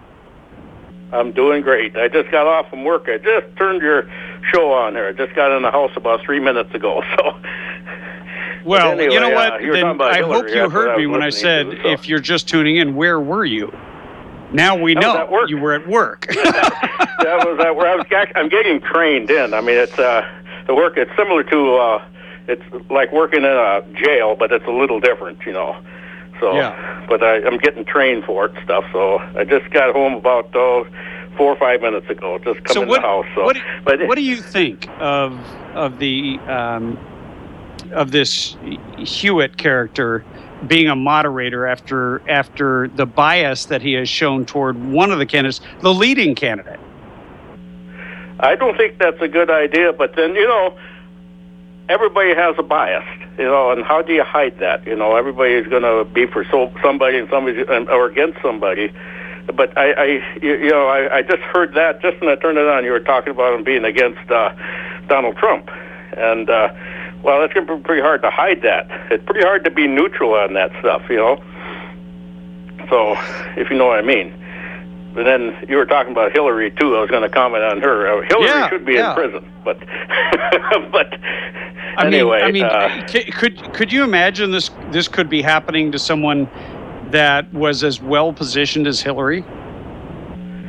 Yeah, I tell you, it's speechless on this stuff. But I don't know if they're ever going to get her prosecuted. They've been getting by with so much for so many years, and it just seems like when they get so much power, it's pretty hard to nail them. Maybe I might be wrong. Maybe they'll prosecute her, but I'm very bad at predicting these things anyway. So, I'm just saying she should be. I think they should convene a grand jury and do an investigation and bring up charges.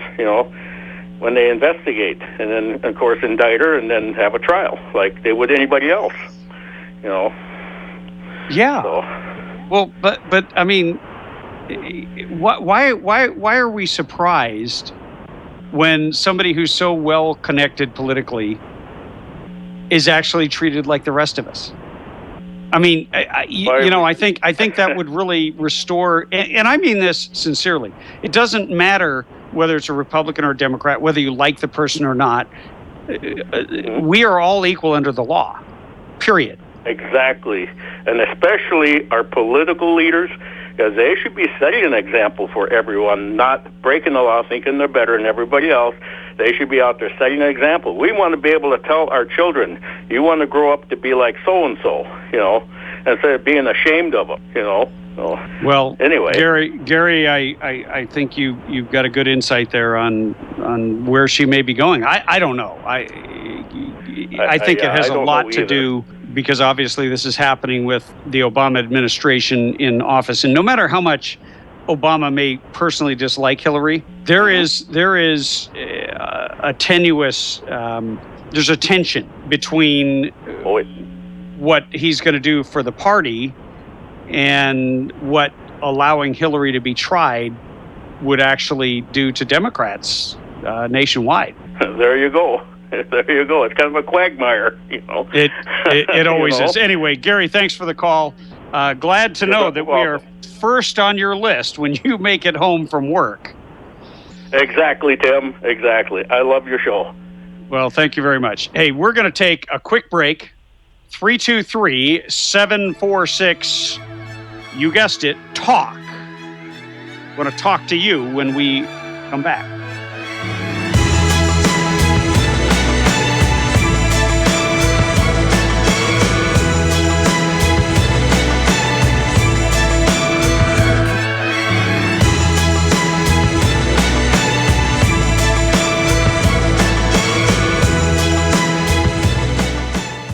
Defending the fundamental freedom of parents to make informed decisions for their own children is a basic human right that should never be infringed. But it was. California's SB 277 denies children access to education and takes away a parent's right to choose. You don't have to be a parent to help, but only you can make a difference. Let's exercise the people's veto and overturn SB 277. To volunteer or donate, go to SB277referendum.com. That's SB277referendum.com. Do it now. Paid for by SB 277 Referendum Committee, FPPC ID number 1378398.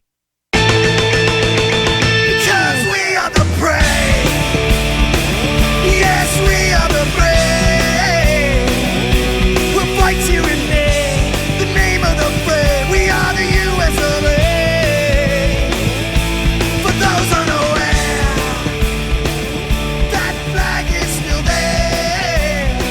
you are listening to the Radio Free California Network. I am your radio governor here in the state of California, because you don't have a real governor, so I figured I'd fill in, help out, and we could talk about what we should be doing in the great Golden State. I mean, when I still can't get over what they're doing in LA. Can you believe this? This business? I mean, we're not going to build roads. We're going to build bike paths. We're going to narrow your roads to where cars become so inconvenient that the reality is that the government is trying to drive you out of your car. Since when is it the government's business to drive you out of your car? Well, I feel like it goes hand in hand with the tax that they might be, throwing out on the per mile. Right. Yeah. They want to ration gasoline. Oh, they want to penalize you for driving, and they want to raise another tax just to pay for the potholes they're filling. So does that mean I can stop paying registration and insurance? Because what does all that go to? I was just up in Oregon, and I don't want to depress you. Oh, I know. I love Oregon. You know how nice their roads are? Oh, yeah. Very nice. Do you know what it costs to register a car? It costs like a third of the price as it does here. Here it's based on the value of your automobile. So thank God I'm driving a wreck. Well, you are too. Yours is the only one I know that's worse than mine. But I think I actually have more miles on mine. But you would pay $35 for 2 years. Right. $35 for 2 years usage of the roads. And they're good roads. They're well-maintained roads. You've got a state that can actually afford to do the things that government's supposed to do. Whereas here in California, they're so busy taking care of the illegals and the public sector union members, handing out bribes and payoffs and everything else, all of which is supposedly legal. They don't have the money to fix the roads. So you're driving along, and all of a sudden, the experience I had driving the 5 freeway. There are places where literally, because my son's car is such a tight suspension, it was like the bottom dropped out of the car and we hit the ground. I couldn't believe it. Here we are in California, supposedly one of the wealthiest states in the union, and yet we can't take care of our roads. What does that really say about the fiscal health of our state? I don't know, but it certainly is not.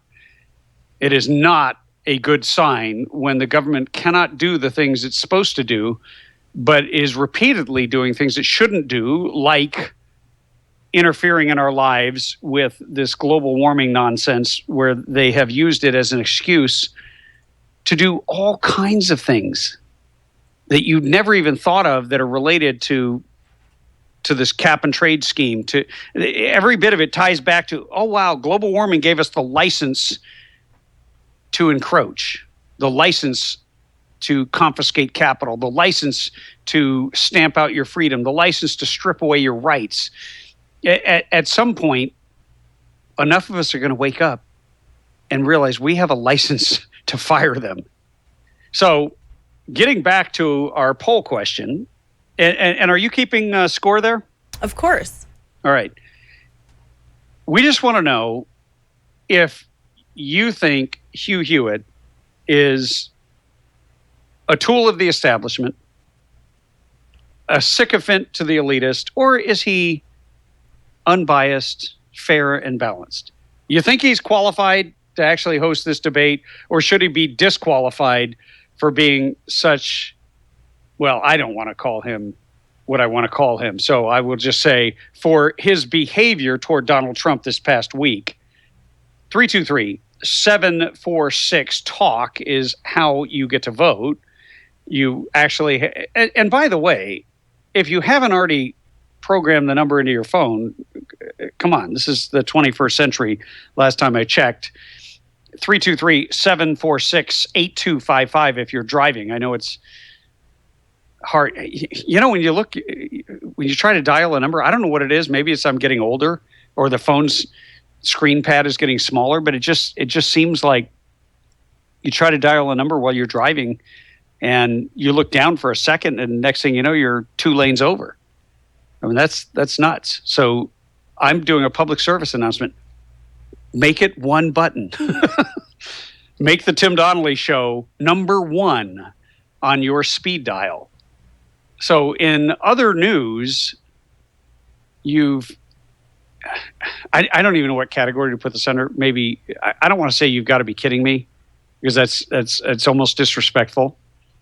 But this is another. Meanwhile, back in California, the killer of Catherine Steinle, Francisco Lopez Sanchez. Before he was just Francisco Sanchez. Now he's got a Lopez in there. I don't know how that works. Oh, I'm sorry. I missed the first name. Juan Francisco Lopez Sanchez. Okay. No wonder they couldn't figure out how to, to deport him. They were probably trying to deport one of his names and not the other. But at any rate, he is now saying that it is the gun's fault, not his. Did you hear about this? Yeah. Is this the grand finale from the ballistics report? Yeah, he's saying that the trigger went off without even being pulled because it has no safety. I doubt he even knew what a safety was. This guy's been on drugs most of his life. He's been deported 5 times. He had no business being on the streets of San Francisco when he supposedly found a gun belonging to a BLM agent, wrapped in a T-shirt, picks it up, and it accidentally went off. And the prosecutor, Diane Garcia, said, look, even if that's the case, this Lopez Sanchez could have fired the gun anywhere, but he fired it at Kate Steinle. And she's accusing him of playing his own version of Russian roulette with her life. Well, I don't know who Diane Garcia is, but I'm glad to see they've at least got somebody on there who's not going to apologize to the illegal for the fact that we're even putting him on trial. I'm sure that's what Kamala Harris would do if she were the DA in San Francisco, much as she did when there was a triple murder on her watch. And she still supports the sanctuary policy that got us this kind of insanity. But I mean, you've got to be kidding me. Blame the gun. But why wouldn't he blame the gun? Because you know who's doing this, right? His lawyer. So he's lawyered up. And it's probably one of these activist groups for illegals that is paying for his lawyer. Who knows? Or you and I are. But his lawyer is saying that there's no evidence that he actually put his finger on the trigger. Well, the dude said that he shot her. How does he even have a lawyer? Well, thank you. Why is he allowed to have a lawyer? He's here illegally. He's a criminal. He killed somebody here. He shouldn't even have that right. I don't understand. Well, when you're accused, we do have rights. I mean, we get rights to everyone. Because I'm a citizen of the United States. Hey, I'm in agreement with you. So I have rights in the United States. Not in San Francisco, you don't, but illegals do. Anyway, 323-746-TALK. We'll be right back with more of your calls coming up after the break.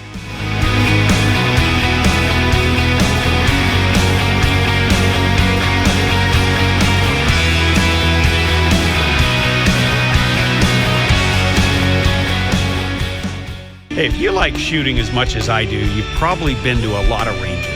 Unless you visited Burro Canyon Shooting Park, you've never seen anything like it. On the way there, you'll find yourself taking pictures as you traverse the majestic Azusa Canyon and wind your way up into the Angeles National Forest.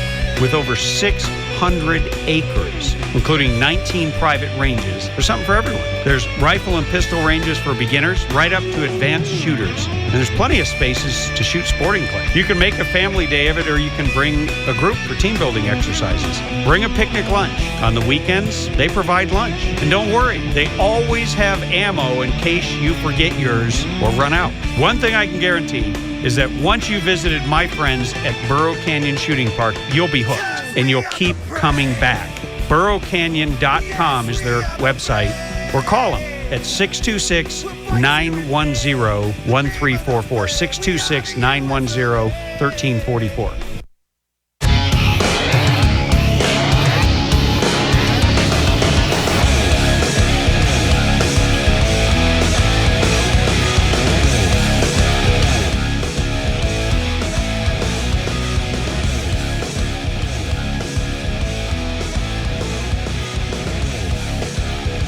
This is your radio governor here in the state of California. And you are tuned to the Radio Free California Network. We've been taking your calls, and we're going to continue to take your calls on whether or not you think Hugh Hewitt is fit to be the moderator, or is he too biased? Hey, welcome to the show. Hi, this is Adrian from Redlands. I'm with the Redlands. Hi, Adrian. Party. How are you? My pleasure. Great to listen to you. I listen to you every day. You're hard to pick up, but we still listen to you. My opinion about Hewitt. Hugh Hewitt, yes. I don't listen to him anymore. He started to lean to the left, and so does Michael Medved. So he should not be on there. One person who I suggested a long time ago would be Dr. Charles Krauthammer. Yeah, Krauthammer has credentials. I mean, he would make a good moderator. Look, everybody's got some biases. The question is whether or not you can contain yourself and whether you can perform objectively, or whether you wind up hammering a guy or trying to trip him up and play games and have an agenda. Well, and I think the people deserve fair questions to all candidates so that you can ascertain what their positions are. That's correct. And once they've shown their colors and they present themselves in such a way, then I agree with you. I don't see how they can be unbiased with any questioning. Well, we're gonna put you down as not thinking that Hugh Hewitt is fit. Correct. For the debate. We like the suggestion, Krauthammer. I'm sure there are others who could maintain some objectivity. But anyway, Adrian, thank you for the call. Agree. You're welcome. Have a good day.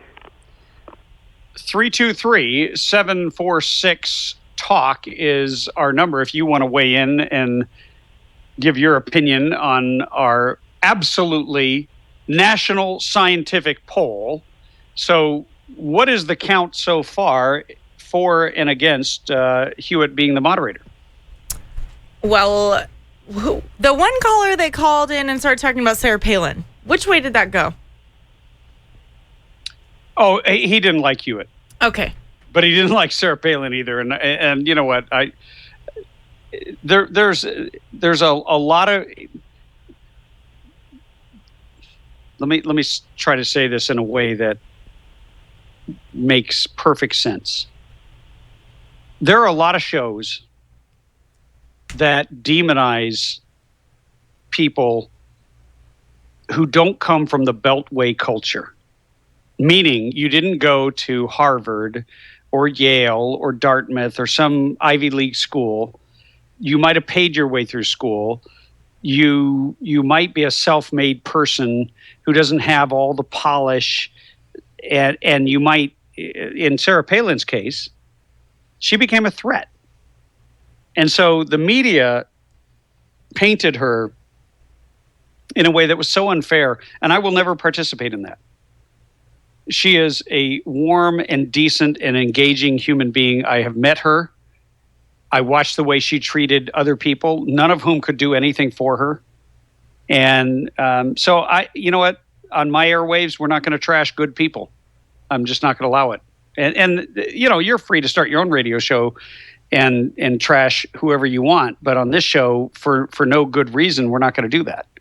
Now, if Sarah Palin says something dumb or something I disagree with, I will certainly take her on. But when it comes to literally standing with the people, she's there all the time. She's always there to be counted when so many others are afraid to even say a word because, I might get criticized.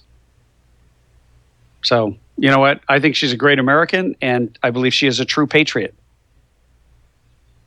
Yep. Put me in the column as a fan. Go ahead, hate me. It doesn't bother me. Anyway, we will continue to take your calls, 323-746-TALK. talk if you want to weigh in on anything. I still can't get over this gun story with the illegal.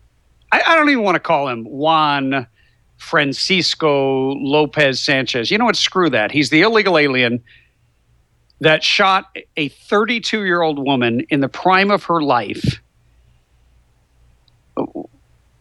We need to start the hashtag American Lives. Well, I know it's been started, but I mean, in this context, American Lives Matter. Whatever happened to that? The whole idea that the California legislature, that Governor Jerry Brown are bending over backwards to make illegal aliens feel comfortable in California. Not just comfortable, but they're stealing from you to give them free stuff, including the ability to practice law, welfare, free education, K through 12, and now free college tuition. They're giving your kid's spot in college. You paid taxes to build the UC system or the other system, the state's.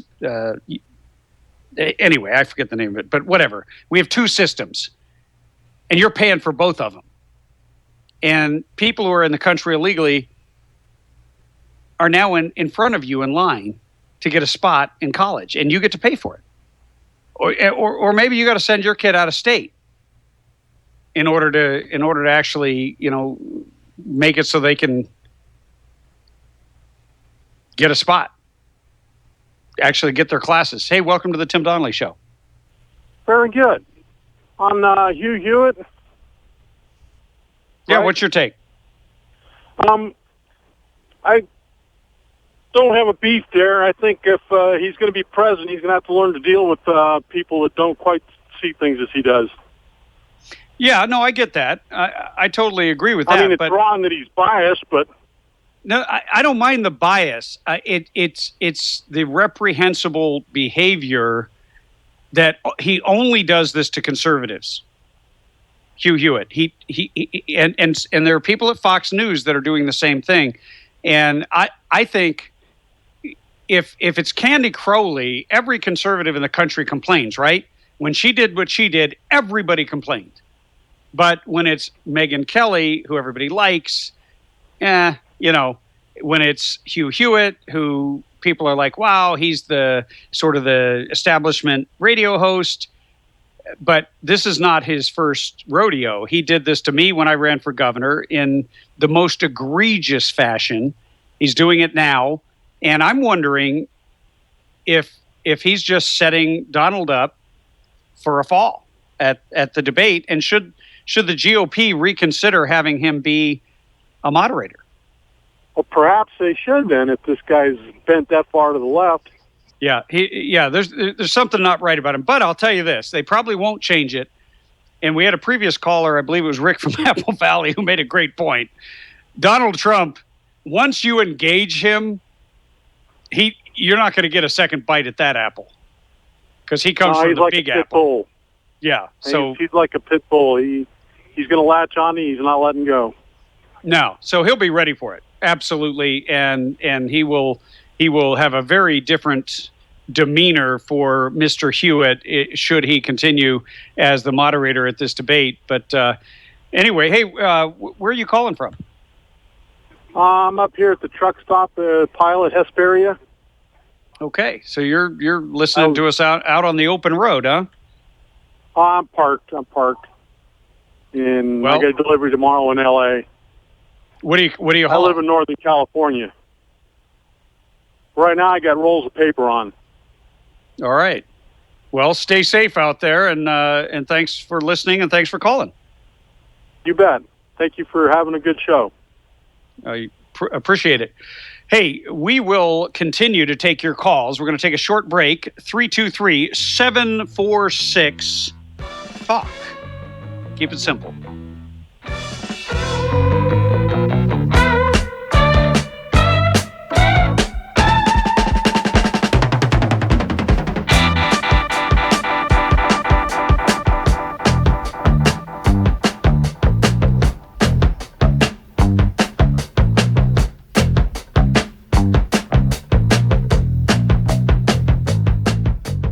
Defending the fundamental freedom of parents to make informed decisions for their own children is a basic human right that should never be infringed. But it was. California's SB 277 denies children access to education and takes away a parent's right to choose. You don't have to be a parent to help, but only you can make a difference. Let's exercise the people's veto and overturn SB 277. To volunteer or donate, go to SB277referendum.com. That's SB277referendum.com. Do it now. Paid for by SB 277 Referendum Committee, FPPC ID number 1378398.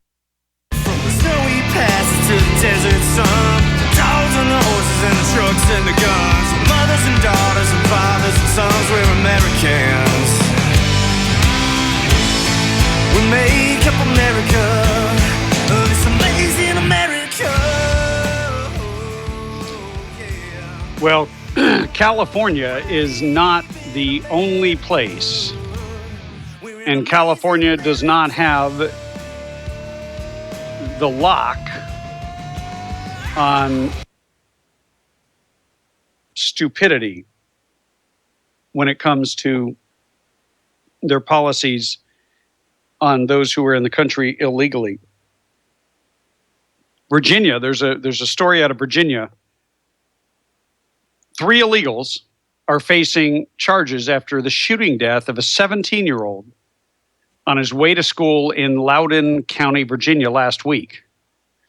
According to the Washington Post, Danny Centennial Miranda, a teen from El Salvador who was living with relatives in the suburbs of Washington, D.C., was shot twice in the back on Friday, about 50 yards from his bus stop.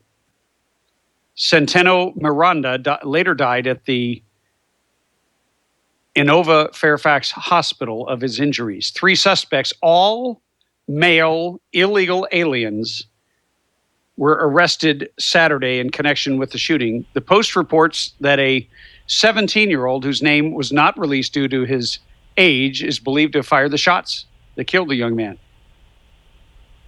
2 other arrestees are Henry Dominguez Vasquez, age 20, and Juan Aguirre Zelaya, age 18.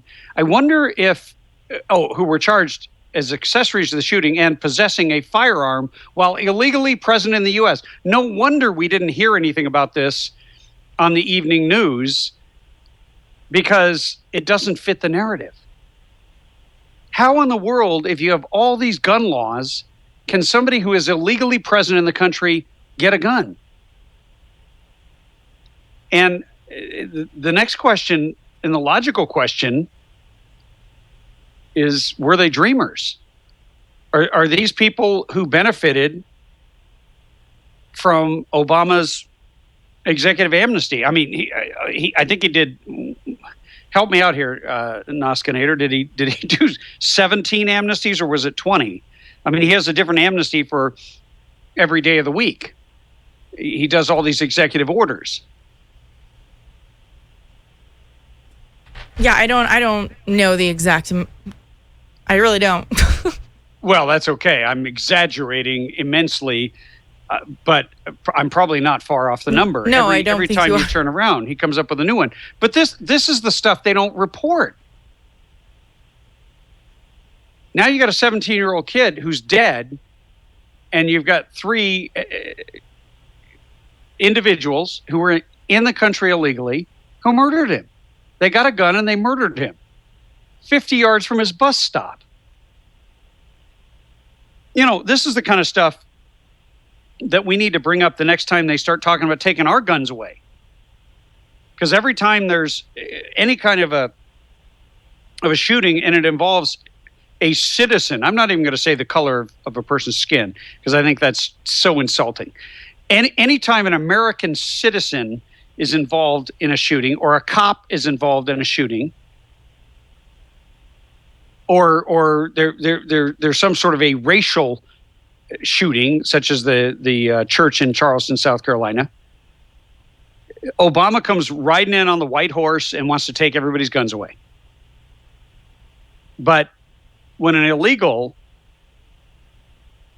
or 3 illegals shoot an Hispanic Based on his name, I assume he's Hispanic. He's probably El Salvadoran. The El Salvadoran gang, the MS-13, the Mara Salvatrucha, is one of the most violent and brutal and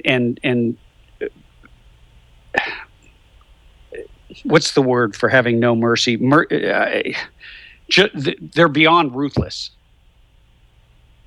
They specialize in terrorizing their victims intentionally. They're the ones who, among gangs, started with machetes beheading people long before the Muslims, or I don't want to scapegoat, the Islamic jihadis came here to bring that particular brand of terror to the United States. They were doing it on the streets of South Central and all over Los Angeles to keep the Mexican illegal gang members in line. And they've got this blood feud that goes on to this day. But what I want to know is, where's the outrage? Where's the media? Where's President Obama talking about taking away the illegals? It's funny, when an illegal commits the crime, they blame the gun. When a white supremacist racist commits a crime, they blame the flag. But if you commit a crime, they blame you and hold you accountable. Why don't we have the same standard for everybody? I don't know what I don't even know what to think of this. I believe what Victor Davis Hanson said last week. And if you missed that interview, you need to go on our previous shows archive for Friday. It was an incredible interview. He is so clear-headed in breaking down the fallacies on this, and what they do is they make it about race instead of about rule of law. They make it about anything and everything except what it really is. It's not immigration. It's an invasion. And when you tolerate it, you're going to get more of it. When you reward it and incentivize it, as Jerry Brown and the Marxist Progressive Mary Band in Sacramento has done, you'll get more of it. And then it'll be your child or your mother or your sister or your aunt or your father or your grandfather who is the one who is gunned down. No, I'm not even going to use that term, gunned down, who is murdered. Because murder actually invokes the act. And that's what it is. It's a volitional act of evil when you choose to take someone else's life. I don't even know what to say. I don't even know what to say. But you know what? I'll have to say whatever I'm going to say tomorrow because we're out of time. I don't do this show alone. I want to thank my wife for letting me, Bethany Nosko, the Noskinator, for being such an extraordinary producer, Sean McNeil, the technological genius that keeps everything moving forward, all of our sponsors, and you, because without you, we don't have a show. And we are here every weekday, 3 to 6. God bless you and Godspeed. Tim Donnelly Show out.